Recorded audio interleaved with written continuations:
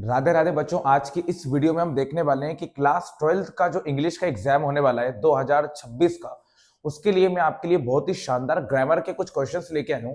और अगर आप इन क्वेश्चनों को बहुत बढ़िया तरीके से कर लेते हो तो आपके ग्रामर के जो 10 नंबर है वो आसानी से कवर हो जाने वाले हैं। मैं आपको कुछ ग्रामर की प्रैक्टिस कराने वाला हूं, जिसमें 2024 का एमपी बोर्ड का जो एग्जाम है उसकी सारी की सारी ग्रामर मैं आपको कंप्लीट बता दूंगा। उसके बाद एग्जाम का जो पैटर्न रहने वाला है वो भी यहाँ पे क्लियर हो जाने वाला है। कौन सा क्वेश्चन किस तरह से पूछा जाता है और किस चैप्टर से आ सकता है क्वेश्चन, ये चीज भी मैं आपको इस वीडियो में पूरी तरह से क्लियर कर दूंगा। तो आप लोग इस वीडियो को देख लीजिएगा, उसके बाद आपको एक अच्छा सा कंटेंट मिल जाएगा कि एग्जाम में हमें किस तरह से चीजों को अटेम्प्ट करना है, मतलब कि लिखना है। तो चलिए इस वीडियो को स्टार्ट करते हैं। मेन मोटिव ये रहेगा कि ग्रामर के जो क्वेश्चन आ रहे हैं वो किस तरह से पूछे जा रहे हैं। मैं आपको क्वेश्चन सॉल्व भी करके बताऊंगा और ये भी बताऊंगा कि कैसे यूज कंसेप्ट को किया जाता है। तो प्यारे बच्चों, आज की वीडियो बहुत ज्यादा ही हेल्पफुल रहने वाली है आपके लिए, तो इसे देखते रहिएगा। तो हम चले जाते हैं हमारे एमपी बोर्ड 2024 के पेपर पे। ये एमपी बोर्ड 2024 का इंग्लिश का पेपर है, तो आप इसको बहुत ही बढ़िया तरीके से देख लीजिएगा। इस पेपर में किस तरह के क्वेश्चन आपसे पूछे जाते हैं वो मेन अपन को समझना है। 80 मार्क्स का पेपर आता है, जिसमें से आपको टोटल 15 क्वेश्चंस जो हैं वो दिए होते हैं। हम सबसे पहले स्टार्टिंग करेंगे ग्रामर सेक्शन से, मतलब ग्रामर को सबसे पहले सॉल्व करेंगे। उसके बाद मैं आपको सारे सेक्शन के बारे में बताऊंगा। पेपर 4 सेक्शन में रहेगा। सेक्शन ए में रहेगा, सेक्शन बी में रहेगा, सेक्शन सी में रहेगा और सेक्शन डी में रहेगा। ये 4 सेक्शन में जो है वो आपका पेपर डिवाइड रहेगा। फिलहाल एज ऑफ नाउ हम अभी बात करने वाले हैं सिर्फ और सिर्फ ग्रामर पोर्शन की। उसके बाद मैं आपको सारी चीजें एकदम क्लियर कर दूंगा। तो प्यारे बच्चों, ग्रामर सेक्शन जो होता है वो आपको सी नंबर पे आता है, जिसको हम बोलते हैं सेक्शन सी। और ये ग्रामर सेक्शन है, पूरे 10 नंबर आपको यहां से आसानी से मिल जाने वाले हैं। तो यहाँ पे आपको एनी 5, मतलब कोई भी 5 ही क्वेश्चन सॉल्व करने होते हैं, ठीक है। तो मैं वही कहूंगा, जो 5 क्वेश्चन आपको बिल्कुल परफेक्टली आते हैं उन्हीं 5 क्वेश्चन को आपको अटेम्प्ट करना चाहिए। बाकी के आप 2 क्वेश्चन क्विट कर सकते हैं अगर आपको सही से नहीं आते या डाउटफुल होते हैं। तो चलिए फर्स्ट क्वेश्चन को देखते हैं। सबसे पहले नंबर पे आपसे बोला है, देखो क्वेश्चन नंबर 6 है, आपको 4 ऑप्शंस दिए हैं, आपको एक सही ऑप्शंस को चूज करना है। We keep our bread in the fridge, हमें ब्रेड को फ्रिज में रखना चाहिए। Space it does not go bad, ताकि ये क्या ना हो जाए, खराब ना हो जाए। तो प्यारे बच्चों, आपको इन चारों के हिंदी मीनिंग पता होना चाहिए, ठीक है ना। आफ्टर का हिंदी मीनिंग होता है बाद। सो दैट का हिंदी मीनिंग आपको याद रखना होता है ताकि होता है। ऑल दो का होता है हालांकि, ठीक है। और भी याद रख लीजिएगा आप, सिंस का मतलब होता है से। अब आप देखो कि सही मायने में इसका आंसर क्या होना चाहिए। We keep our bread in the fridge, हमें ब्रेड को फ्रिज में रखना चाहिए ताकि ये क्या ना हो जाए, खराब ना हो जाए। तो यहाँ पे सही आंसर जो रहेगा वो रहेगा सो दैट। यहाँ पे आपको सो दैट को फिल करना है, ये आपका पूरा प्रॉपर आंसर हो गया। अगला क्वेश्चन लिखा है, how space milk do you buy daily. अब देखो प्यारे बच्चों, ये जो फ्यू लिखा है इसको हम यूज करते हैं काउंटेबल नाउन के साथ। तो भाई मिल्क तो अनकाउंटेबल है, तो फ्यू तो आना नहीं है, ठीक है। मैनी को भी यूज करते हैं अपन काउंटेबल नाउन के साथ, तो यहां पर भी ये भी आना नहीं है। तो ये दोनों ही ऑप्शंस पूरी तरह से क्या हो जाएंगे, गलत हो जाएंगे। राइट आंसर क्या रहेगा, मच का, क्योंकि मच का यूज क्वांटिटी बताने के लिए किया जाता है अनकाउंटेबल नाउन के साथ में। तो यहाँ का सही आंसर जो रहेगा वो रहेगा मच। फिर से रिपीट करता हूं, how much milk do you buy daily, कितना दूध जो है वो आप रेगुलर खरीदते हो, ठीक है। ये क्वेश्चन का आंसर हो जाएगा। इसके बाद हम क्वेश्चन को देखेंगे। क्वेश्चन नंबर 3 में आपसे बोला है, Indian youth is full days hope for the bright future of the country. अब यहां पे भी इसकी मीनिंग पता हूं। देखो, ऑफ का मतलब होता है कि, फॉर का मतलब होता है लिए, है ना, ये लिए होता है इसका मतलब। एट मतलब पर होता है और ऑन मतलब भी पर होता है, दोनों अलग अलग जगह पर यूज होते हैं। कंसेप्ट पता होना चाहिए, हिंदी मीनिंग नहीं भी पता होगा तो भी चलेगा। चलिए अपन ध्यान से देखते हैं। Indian youth is full of hope, ऐसा आएगा, ठीक है ना। तो यहां पे हम ऑफ का यूज करेंगे, बिल्कुल सही आंसर है ये। अच्छी तरह से आप कंसेप्ट को याद रखिएगा ताकि एग्जाम में आप सही करके आए। आगे लिखा हुआ है, Mohan space speak two language, Mohan 2 language बोल सकता है। भाई मोहन 2 लैंग्वेज बोल सकता है, ये मोहन की हम क्या बता रहा है, एबिलिटी बता रहा है। और मैंने ही आपको पढ़ाया है कि एबिलिटी बताने के लिए किसका यूज किया जाता है, कैन का यूज किया जाता है। तो मैंने यहाँ पे क्या यूज कर लिया, कैन यूज कर लिया। Mohan can speak two language, Mohan जो है वो 2 लैंग्वेज क्या कर सकता है, बोल सकता है। ये इसका सही आंसर हो जाएगा। बढ़िया तरीके से आप इसे याद रखिएगा। अगला क्वेश्चन ध्यान से देखिएगा। आप देखो, कुछ क्वेश्चन ऐसे भी आते हैं जिसमें बहुत ज्यादा कंफ्यूजन होती है, ठीक है। जैसे कि यहाँ पे ए एन दा और नो आर्टिकल का यूज करना पूछ लिया है। तो पहले मैं आपको बता देता हूं, भाई ये जो दा होता है ये होता है आपका डेफिनेट, एकदम फिक्स्ड आर्टिकल, ठीक है। ये होता है आपका डेफिनेट आर्टिकल और इसका यूज हम तब करते हैं जब हम कोई चीज के बारे में पहले से ही जानते हैं। ठीक है, हिंदी को सुनिएगा। इसका यूज हम तब करते हैं जब हम पहले से ही किसी चीज को जानते हैं। और ए और एन जो है वो होता है इनडेफिनेट आर्टिकल। कौन से आर्टिकल होते हैं प्यारे बच्चों? Indefinite article. और इनका यूज हमें तब करना चाहिए जब हम किसी चीज के बारे में पहले से जानते ही नहीं है। ठीक है, तो ये तो हो जाएंगे आपके इनडेफिनेट आर्टिकल और ये हो जाएंगे आपके डेफिनेट मतलब कि फिक्स आर्टिकल। अब यहां पे लिखा हुआ है spaceman who rot this book is my friend. वो व्यक्ति जिसने इस किताब को लिखी है वो मेरा दोस्त है। अब देखो, आपने पहले ही बोल दिया है कि जो व्यक्ति ने किताब लिखी है वो आपका क्या है? दोस्त है। दोस्त है मतलब आप उसको जानते हो, मतलब डेफिनेट हो गया। तो यहां पे आप क्या लगाएंगे? द लगाएंगे। The man who rot this book is my friend. वो व्यक्ति जिसने इस किताब को लिखा है वो मेरा दोस्त है। ये हो गया आंसर। I know. अब देखो, हु का मतलब होता है जो, ठीक है ना। दैट का मतलब भी वैसे तो जो ही होता है, विच का मतलब भी जो ही होता है, और वेयर का मतलब होता है जहां। अब इन चारों में से कौन सा ऑप्शन सही है वो सीखने लायक बात है। तो प्यारे बच्चों, हु का यूज हम तब करेंगे जब हम किसी पर्सन की बात करेंगे। पर्सन मतलब कि किसी व्यक्ति की बात करेंगे। विच का यूज तब करेंगे जब हम किसी ऑब्जेक्ट मतलब कि किसी चीज की बात करेंगे। दैट का इस्तेमाल भी तभी कर सकते हैं ऑब्जेक्ट के लिए, है ना, ऑब्जेक्ट के लिए कर सकते हो, या फिर आप किसी मुद्दे की या किसी मैटर की बात कर रहे हो। और वेयर का यूज तब करेंगे जब हम किसी प्लेस मतलब की जगह की बात कर रहे हैं। ठीक है ना। अब यहां पे देखो हम किसकी बात कर रहे हैं। आई नो, मैं जानता हूं। स्पेस ही इज इल, है ना। I know that he is ill, मैं जानता हूं जो बीमार है ना। अब देखो बिल्कुल ध्यान से इसमें आना क्या चाहिए, है ना। अब बिल्कुल ध्यान से देखो, यहां पे हम इन चारों की बात नहीं कर रहे हैं ना। वैसे तो हु भी आ सकता है, लेकिन यहां पे हमको पर्सन के बारे में तो पहले से ही दे दिया है, तो हम हु तो लगा ही नहीं सकते। यहां पर अगर ही नहीं लिखा होता तो हु आ जाता, ठीक है। लेकिन यहां पे हम एक्सप्लेन कर रहे हैं ना, नाउन क्लोज की तरह है ये। देखो हम एक्सप्लेन कर रहे हैं, मैं जानता हूं। मैं जानता हूं, क्या जानता हूं? मैं जानता हूं कि वो बीमार है। ठीक है, तो यहां पर हम की के सेंस में किसका यूज करेंगे?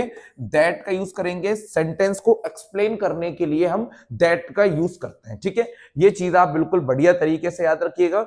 इसके बाद जो क्वेश्चन है वो भी हम देख लेते हैं। अब आते हैं प्यारे बच्चों डू एज डायरेक्टेड। मैं आपको एक और चीज क्लियर कर देता हूं। मैंने सभी टाइप्स की जो वीडियोस है 12th क्लास के लेवल की सारी ग्रामर की भी बना रखी हैं, और उसके बाद लिटरेचर की भी बना रखी है, रीडिंग स्किल्स, राइटिंग स्किल्स, सभी की वीडियोस मैंने बना रखी है। आप एक बार जाकर देख लीजिएगा, आपको सारी चीजें बिल्कुल परफेक्टली क्लियर हो जाने वाली है। चलिए हम इसके ग्रामर को देख लेते हैं। अगर आपको ग्रामर समझने में प्रॉब्लम आती है अभी, तो सबसे अच्छा आइडिया मैं यही दूंगा कि आप लोग है ना हमारे डिस्क्रिप्शन में जाके एक प्लेलिस्ट दी हुई है, उसमें जाके सारी ग्रामर की वीडियो देख लो, 1 बाय 1 करके आपका सारे कंसेप्ट दूर हो जाएंगे, है ना। अब यहाँ पे देखो, आपको पैसिव वॉइस में चेंज करना है। My friend sent me a letter, मेरे दोस्त ने मुझे क्या भेजा? लेटर भेजा। अब प्यारे बच्चों, पहले तो हम ये देखते हैं कि ये पैसिव वॉइस है किसकी। यहाँ वर्ब की सेकंड फॉर्म लगी हुई है। अब वर्ब की सेकंड फॉर्म यहाँ पे लगी होती है, वो होता है पास्ट इंडेफिनिट टेंस। मतलब ये पास्ट इंडेफिनिट टेंस की पैसिव वॉइस है, तो पैसिव वॉइस बनेगी पास्ट इंडेफिनिट टेंस की। ठीक है, तो भाई साहब पैसिव वॉइस बनाने के लिए पहले हम ऑब्जेक्ट को देखते हैं, और ऑब्जेक्ट सिर्फ वर्ब के बाद में लिखा होता है ना। ये वर्ब हो गई, इसके बाद ही मी लिखा है, यहीं से सेंटेंस बनेगा। तो मी को हम लिखेंगे आई। आई के साथ यूज करेंगे हम पास्ट इंडेफिनिट की पैसिव वॉइस में was. I was, I was verb की थर्ड फॉर्म लगती है। I was sent a letter, I was sent a letter by, फिर आ जाएगा आपका माय फ्रेंड। ये आपको यहाँ पे लिखना था। पैसिव वॉइस बनाना था, तो हमने इसकी पैसिव वॉइस क्या कर दी है? बना दी है। ठीक है, इतना याद रखिएगा। अगर डिफिकल्टीज आ रही हैं तो हमने पहले से ही वीडियोस बना रखी हैं, उनको जाकर देखोगे तो सब कुछ समझ में आ जाएगा। आगे क्या लिखा हुआ है? एज सून एज, ठीक है, as soon as I met my friend, met verb की सेकेंड फॉर्म होती है। ठीक है, as soon as I met my friend, जैसे ही मैं अपने दोस्त से मिला। एज सून एज का मतलब होता है जैसे ही, ठीक है ना। As soon as I met my friend I started weeping, मैंने रोना क्या कर दिया? शुरू कर दिया। तो प्यारे बच्चों, यहाँ पे करना क्या है? नो सूनर देन का यूज करना है। देखो मैंने नो सूनर देन का वीडियो भी अलग से बनाया है, वो भी देख लीजिए, एक एक चीज क्लियर हो जाएगी। और बोर्ड एग्जाम में नो सूनर देन का यूज 100% पूछा ही जाएगा, ये बात आप बिल्कुल याद रख लीजिएगा, है ना। तो सेंटेंस की शुरुआत कैसे करना है प्यारे बच्चों? नो सूनर का यूज करते हैं हम एज सून एज की जगह पर। तो सबसे पहले हम सेंटेंस में लिखेंगे नो सूनर, ये हमने सेंटेंस में लिख दिया। उसके बाद जो फर्स्ट वाला सेंटेंस है आपका, जिसमें एज सून एज लगा हुआ है, इसको बनाना पड़ेगा आपको इंटेरोगेटिव। ठीक है, आप इसको भी याद रखो। इंटेरोगेटिव बनाने का मतलब यह है कि सेंटेंस में हेल्पिंग वर्ब पहले आएगी, है ना। हमने सीखा है, टेंस में सिखाया, वीडियो को देखोगे समझ में आएगा आपको। ठीक है, तो मैं इंटेरोगेटिव बनाऊंगा और यहाँ पे पास्ट है तो पास्ट में हेल्पिंग वर्ब यूज होती है डिड। ठीक है, तो मैंने यहाँ पे डिड लिख दिया। ठीक है, नो सूनर डिड आई, फिर आएगा आपका meet, no sooner did I meet my friend. अब आप सोचोगे कि सर यहाँ पर आपने मेट को मीट क्यों लिख दिया। भाई साहब, हमने डिड लगा लिया है और डिड जो है वो ऑलरेडी वर्ब की सेकंड फॉर्म है, तो हम इससे फर्स्ट फॉर्म में लिखेंगे no sooner did I meet my friend. उसके बाद इस कॉमा की जगह पर हम लगाएंगे देन, फिर आएगा आई स्टार्टेड वीपिंग। ठीक है, ये हो जाएगा आपका यूज। अब आपको ये याद रख लेना है कि हर एक सेंटेंस जिसमें नो सूनर देन का यूज होगा वो इसी तरह से बनेगा। बिल्कुल प्यार से याद रखो, सब कुछ क्लियर हो जाएगा। अब यहां पे देखो, आपको किसका यूज करना है, अनलेस का यूज करना है। और किसकी जगह पर अनलेस का यूज करना है, हमको इफ की जगह पर। ठीक है, एक बार पढ़ के दिखाते हैं। You can catch the bus if you take a taxi. इसको यहां से पढ़ना चालू करना चाहिए क्योंकि कंडीशनल सेंटेंस इस इफ से स्टार्ट होते हैं। ठीक है ना, अगर तुम टैक्सी लोगे, वर्ब की फर्स्ट फॉर्म। ठीक है, अगर तुम टैक्सी लोगे तो you can catch the bus, तो तुम बस को क्या कर लोगे, पकड़ लोगे। अगर तुम टैक्सी लोगे तो तुम बस को पकड़ लोगे, ऑब्वियसली बात है भाई, टैक्सी लोगे तो बस को पकड़ ही लोगे। अब हमको क्या करना है, इस इफ की जगह पर किसका यूज करना है, अनलेस का यूज करना है। तो मैं सेंटेंस को यहां से चालू करूंगा, अनलेस। ठीक है, सबसे पहले क्या आएगा, अनलेस। अनलेस लिखने के बाद हम लिखेंगे यू को, तो हम यहां लिखेंगे अनलेस यू, फिर आ जाएगा take, unless you take a taxi. अब मेरी बात को ध्यान से सुनो, मैं क्या कह रहा हूं आपसे। Unless you take a taxi, अगर तुम टैक्सी नहीं लोगे। अब आप बोलोगे सर क्यों, बेटा अनलेस का मतलब ही नेगेटिव होता है। अनलेस में नोट पहले से ही छिपा हुआ है, अनलेस ही नोट है। Unless you take a taxi, अगर तुम टैक्सी नहीं लोगे, you can not catch the bus, तो यहां पे आ जाएगा you can not catch the bus, तो तुम बस को क्या नहीं कर पाओगे, पकड़ नहीं पाओगे। अब आप बोलोगे सर यहां पे नॉट क्यों लगाया है, क्योंकि यहां पे कंडीशन नेगेटिव हो गई है। Unless you take a taxi, अगर तुम टैक्सी ही नहीं लोगे तो क्या तुम बस को पकड़ सकते हो, नहीं पकड़ सकते। ये इसका प्रॉपर एकदम राइट आंसर हो गया। आगे जाते हैं हम सेंटेंस को बनाने के लिए। अब देखिएगा आपको फोर्थ क्वेश्चन में क्या लिखा हुआ है। प्यारे बच्चों, 95% बच्चे इस क्वेश्चन को गलत करके आ जाते हैं, केवल और केवल गलत ग्रामर की वजह से। देखो भाई, आपको यहां वर्ब की सेकंड फॉर्म लिख के दी है, आई, ये ही हैड हिज लंच, उसने अपना लंच किया। जैसे आपको मालूम है ना, डू जो होती है वो एक्शन वर्ब भी होती है और हेल्पिंग वर्ब भी होती है। ऐसे ही एक होता है हैव, ये हेल्पिंग वर्ब भी होती है और मेन वर्ब भी होती है। हैव का मतलब होता है लंच करना, डिनर करना, है ना, इसके लिए यूज करते हैं। जैसे कि मान लीजिए मैं आपसे बोलता हूं, अपन ने एक चैप्टर पढ़ाया था, मैंने आपको बताता हूं, जैसे कि वो अपना ब्रेकफास्ट करना चाहता था, ही wanted to have his breakfast. तो हैव का यूज हम खाने के लिए, पीने के लिए कर सकते हैं। तो यहां पे लिखा है he had his lunch, verb की सेकंड फॉर्म लगी है। हमें चेंज करना है इसे पास्ट परफेक्ट टेंस में। अब रूल क्या बोलता है, पास्ट परफेक्ट टेंस में यूज होता है, पास्ट परफेक्ट टेंस में हेड प्लस वर्ब की थर्ड फॉर्म यूज होती है। ठीक है, पास्ट परफेक्ट में हेड प्लस वर्ब की थर्ड फॉर्म यूज होती है। तो मैं क्या करता हूं, पहले ही लिख देता हूं, ही के साथ में हेल्पिंग वर्ब लगाता हूं हैड, है ना, हैड लगा लिया। अब वर्ब की भी थर्ड फॉर्म आएगी, है ना। तो ये जो हैड लिखा है ये हैव होता है, हैव की सेकंड फॉर्म हैड होती है और थर्ड फॉर्म भी हैड ही होती है। तो सेंटेंस कुछ इस तरह से बनेगा, he had had his lunch, he had had his lunch. एक हैड यूज हुआ है हेल्पिंग वर्ब के लिए और सेकंड हैड यूज हुआ है आपकी मेन वर्ब के लिए। ठीक है, अगला सेंटेंस है she did not talk to me, she did not look at me. Neither और नोर का यूज करना है। कंसेप्ट क्या बोलता है, फर्स्ट वाले नोट की जगह पर ही नीदर लग जाएगा और सेकंड वाले नोट की जगह पर क्या लग जाएगा, नोर लग जाएगा। चलिए ऐसा ही करते हैं। सबसे पहले आ जाएगा शी, फिर आ जाएगा नेदर। ठीक है, शी नेदर। अब देखो यहां से मैंने नोट को हटा दिया, डिड नॉट की जगह पे नीदर लगा दिया। फिर आ जाएगा talked, she neither talked, ED लिख दिया मैंने। ईडी क्यों लिखा मैंने, क्योंकि प्यारे बच्चों यहाँ पे डिड नॉट को हटा के मैंने ही सेकेंड फॉर्म का यूज कर दिया है। शी, देखो कंसेप्ट अगर समझना है तो हमारी वीडियोस को जाकर देखो, एक एक चीज क्लियर हो जाएगी। शी नेदर टॉक्ड, है ना, she neither talked to me, है ना, और फिर आ जाएगा नोर, क्योंकि यहाँ पे शी ऑलरेडी लिखा गया है। इस डिड नॉट को हटा के मैंने नोर लगा दिया, और फिर उस लुक को लिख देंगे हम लुक्ड। लुक्ड क्यों लिखा, क्योंकि डिड नॉट हट गया, और फिर आ जाएगा एट मी। ठीक है, इस तरह से सेंटेंस को बनाना होता है। अगला सेंटेंस देखते हैं क्या आपसे बोला है। देखो अब आपसे 6 नंबर के सेंटेंस में कहा गया है कि आपको इसे रीअरेंज करना है ना। रीअरेंज मतलब कि सेंटेंस को जमा के लिखना है। तो प्यारे बच्चों क्वेश्चन मार्क लगा हुआ है, तो सेंटेंस की शुरुआत तो हो जाएगी हाउ मच से। ठीक है, तो यहां आ जाएगा हाउ मच, और जब भी हाउ मच आता है उसके बाद डायरेक्ट नाउन आती है, तो नाउन यहाँ पे क्या आ जाएगा, एक्सपीरियंस। ठीक है, हाउ मच एक्सपीरियंस, उसके बाद अपन क्वेश्चन बना रहे हैं तो हेल्पिंग वर्ब आएगी, तो यहां आ जाएगा how much experience have you, फिर आ जाएगा गॉट। ये आपका प्रॉपर आंसर हो गया। अगला क्वेश्चन देखते हैं अपन क्या लिखा हुआ है। टू टू का यूज करना है भाई, कितना सरल है। टू टू का यूज कैसे करते हैं, एक सो आता है उसकी जगह पे टू लग जाएगा, और एक देट आएगा उसकी जगह पर भी टू लग जाएगा, और वर्ब की फर्स्ट फॉर्म लिखा जाएगी। तो आंसर बनेगा द टी इज, है ना, यहां से बनेगा द टी इज, इस सो की जगह पे आ जाएगा टू।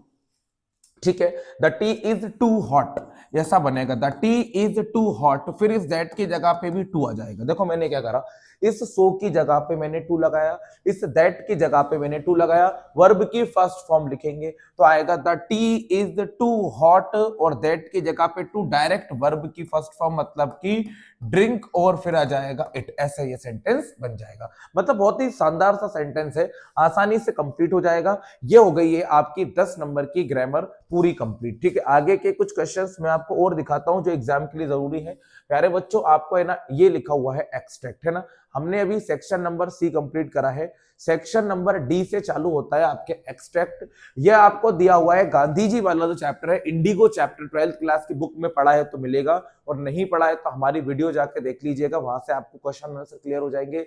एक शॉर्ट स्टोरी भी मैंने एक्सप्लेन की है, एक्सट्रैक्ट भी मिल जाएंगे, सारी चीज क्लियर हो जाएगी। ठीक है, यहाँ पे आपको लिखा है when I first visited Gandhi ji 1942 at his ashram इन सेवाग्राम। मैं इसके कुछ क्वेश्चंस बताता हूं ताकि आप समझ पाओ। देखो क्या लिखा है, how many delegates were there in the annual convention of the Indian National Congress party. इसका आंसर ये लिखा है 2301 डेलीगेट्स, तो पहले वाले का आंसर 2301 ही हो जाएगा। आगे लिखा है when did Rajkumar Shukla meet Gandhi ji. Rajkumar Shukla Gandhi ji से कब मिले थे, तो सुनिएगा ध्यान से, राजकुमार शुक्ला गांधी जी से कब मिले थे, तो सुनिएगा ध्यान से, ये मत लिख दीजिएगा, ये राजकुमार शुक्ला की मीटिंग नहीं है। ठीक है, यहाँ पे उनको राइटर की मीटिंग दी हुई है। यहाँ लिखा है I will tell you how it happened, then I decided to urge the departure of the British. It was in 1917. He had gone to December 1916 annual convention of Indian National Congress Party in Lucknow. There were 2,301 delegates and many visitors.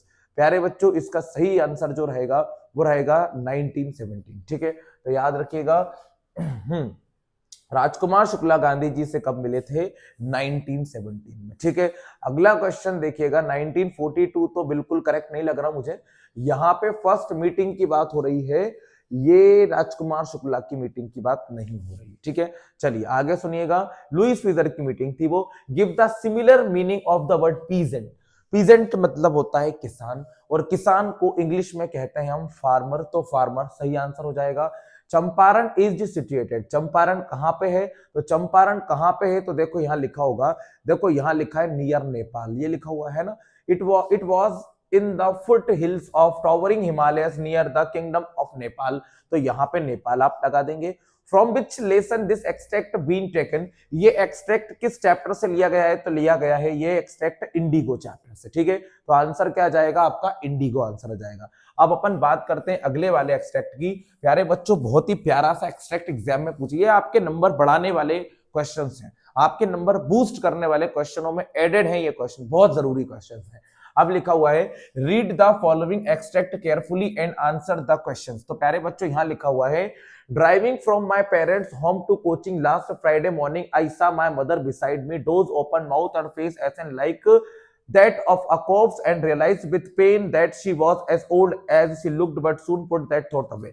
ये आपको लिख के दिया हुआ है, आपकी poem जो है माय मदर एट 66 उसका पैराग्राफ है। इस पोयम को लिखा किसने है तो याद रखो आप, कमला दास ने लिखा हुआ है। यहाँ पे जो वर्ड कॉर्प्स यूज हुआ है, इस कॉर्प्स का मतलब लाश होता है, ठीक है प्यारे बच्चों। तो चलिए हम पहला क्वेश्चन देखते हैं क्या लिखा हुआ है। The poetess is coming from, जो कमला दास है वो कहां से आ रही है, तो प्यारे बच्चों सही आंसर है हर पेरेंट्स होम, वो अपने माता पिता के घर से आ रही है, ठीक है। और कहां जा रही थी, कोचिन के एयरपोर्ट जा रही थी, ठीक है ना। The word corps means, corps का मतलब होता है लाश, ठीक है। तो इसको हम लिखेंगे प्यारे बच्चों डेड बॉडी, है ना, इसको हम डेड बॉडी कहते हैं। नेम द पोएट, पोएट का नाम आपसे पूछा गया है तो कमला दास जो है वो इसकी पोएटेस है, ठीक है। अगला क्वेश्चन ध्यान से समझनिए, क्वेश्चन नंबर बी आपको दिया हुआ है। क्वेश्चन में क्या पूछा है भाई, एक्सट्रैक्ट है आपको सेकंड वाली जो बुक है विस्तास की, उसका जो सेकंड नंबर का चैप्टर है जिसका नाम है द टाइगर किंग, उसका पैराग्राफ है, कल्कि ने इसको लिखा हुआ है। तो प्यारे बच्चों यहाँ लिखा है the chief astrologer place this finger on his nose in wonder, तो ये चैप्टर से लिया गया है आपका द टाइगर किंग से। क्वेश्चन देखते हैं कि क्या है। The chief astrologer place this finger, अभी पढ़ा मैंने, चीफ एस्ट्रोलॉजर ने अपनी फिंगर को कहां प्लेस किया, तो लिखा हुआ है ऑन हिज नोज, अपनी नोज पे प्लेस्ड किया, ठीक है ना। How many days old is the baby when he opens his lips in speech, वो बच्चा टाइगर किंग कितने दिनों का था जब उसने अपने लिप्स को ओपन किया बोलने के लिए, तो यहाँ पे लिखा होगा, देखो मैंने पढ़ाया भी है आपको, यहाँ पे सब कुछ आपको दिया होगा कितने डेज का है, तो देखो यहाँ लिखा हुआ है 10 डेज का था वो, है ना। तो 10 डेज जो है वो यहाँ पे हमको फिल कर देना है। क्लियर हो गई बात। आगे लिखा है द प्रिंस वॉज बोर्न, जो प्रिंस है उसका जन्म हुआ था in the hour of the bull, in the hour of the tiger, in the hour of the bull and the tiger, उसका जन्म कहां पे हुआ था, तो देखो यहां लिखा हुआ है the prince was born in the hour of the bull, ठीक है ना। The bull and the tiger are enemies, तो यही आंसर है in the hour of the bull, ये लिखा है in the hour of the bull, ठीक है ना, in the hour of the bull, ठीक है। ये हो गया third answer. From which lesson this extract has been taken, ये एक्सट्रैक्ट किस चैप्टर से लिया है, द टाइगर किंग चैप्टर से इसको लिया गया है। अगला क्वेश्चन देखते हैं प्यारे बच्चों, ये क्वेश्चन आंसर है, बहुत ज्यादा इजी क्वेश्चन आंसर है। अगर आपको इन क्वेश्चन आंसर के पीडीएफ चाहिए तो हमारे टेलीग्राम ग्रुप से या व्हाट्सएप ग्रुप से ऐड हो जाइए, इन सभी के आंसर आपको मिल जाने वाले हैं। मैंने सभी क्वेश्चन के आंसर जो हैं वो ऑलरेडी पढ़ा रखे हैं, आप चैप्टर वाइज चैप्टर जाके देखोगे तो एक एक क्वेश्चन का आंसर आपको मिल जाएगा। ये सारे क्वेश्चंस मैंने करा रखे हैं, ये सारे क्वेश्चंस मैंने करा रखे हैं, प्लेलिस्ट में जाकर एक बार वीडियो को चेक करोगे तो ये सभी के आंसर आपको मिल जाएंगे। इसके बाद अगर हम बात करते हैं तो आपका बचा क्या है वो भी देख लीजिएगा। यहाँ पे अगर हम देखते हैं तो आपको बोला है right a paragraph in about 120 words in one of the point, आपको इनमें से किसी एक टॉपिक पे क्या लिखना है, पैराग्राफ लिखना है। बात को समझो, पैराग्राफ को हमेशा न्यू पेज से स्टार्ट करना चाहिए। यहाँ पे आप लोगों को क्या क्या इजी पड़ेगा, देखो इंपॉर्टेंस ऑफ ट्रीज जो है वो लिख दीजिएगा, पढ़ा रखा है मैंने, आप मेरी वीडियो में जाकर देखोगे ना तो एक एक चीज आपको मिलेंगी, ठीक है, ये चेक कर लीजिएगा। वैल्यू ऑफ गेम्स आपको दिया हुआ है, तो ये दोनों टॉपिक मैंने अपनी वीडियो में पढ़ा रखे हैं, और अगर आपको नहीं मिल पा रहा है तो मैं आपको इसको अभी दिखा देता हूं कहां मिल जाएगा। तो प्यारे बच्चों ये टॉपिक यहाँ पे आपको मिल जाएगा, ठीक है ना। कौन कौन से टॉपिक मैं आपको बता देता हूं, मैं आपको दो टॉपिक तो बता ही देता हूं। एक आपको दिया था वैल्यू ऑफ गेम्स और एक ट्रीज, आप एक बार देख लीजिएगा ध्यान से, मैं आपको बता देता हूं ताकि आपको एग्जाम में कोई भी डिफिकल्टी फेस ना करनी पड़े, ठीक है ना।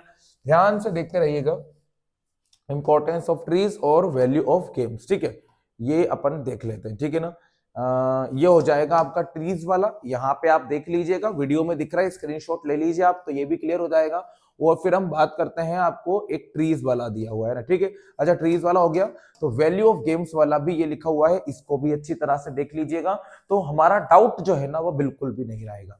वैल्यू ऑफ गेम्स है, इसे लर्न कर लीजिएगा, एक बार देख लीजिएगा, आराम से आपका काम हो जाएगा। चलिए आगे की बात भी करते हैं अपन, ध्यान से देखते रहिएगा आगे क्या आपसे बात बोली गई है, बिल्कुल ध्यान से देखिएगा। चलिए ना, क्वेश्चन नंबर मैंने 5 भी बता दिया है, इसके बाद में ये आपको दिया हुआ है ट्रेन एक्सीडेंट वाला, ठीक है ना, तो ये भी मैंने आपको करा रखा है, ये भी आप देखिएगा बिल्कुल ध्यान से, उसी में मिल जाएगा आपको, आगे सुनिएगा।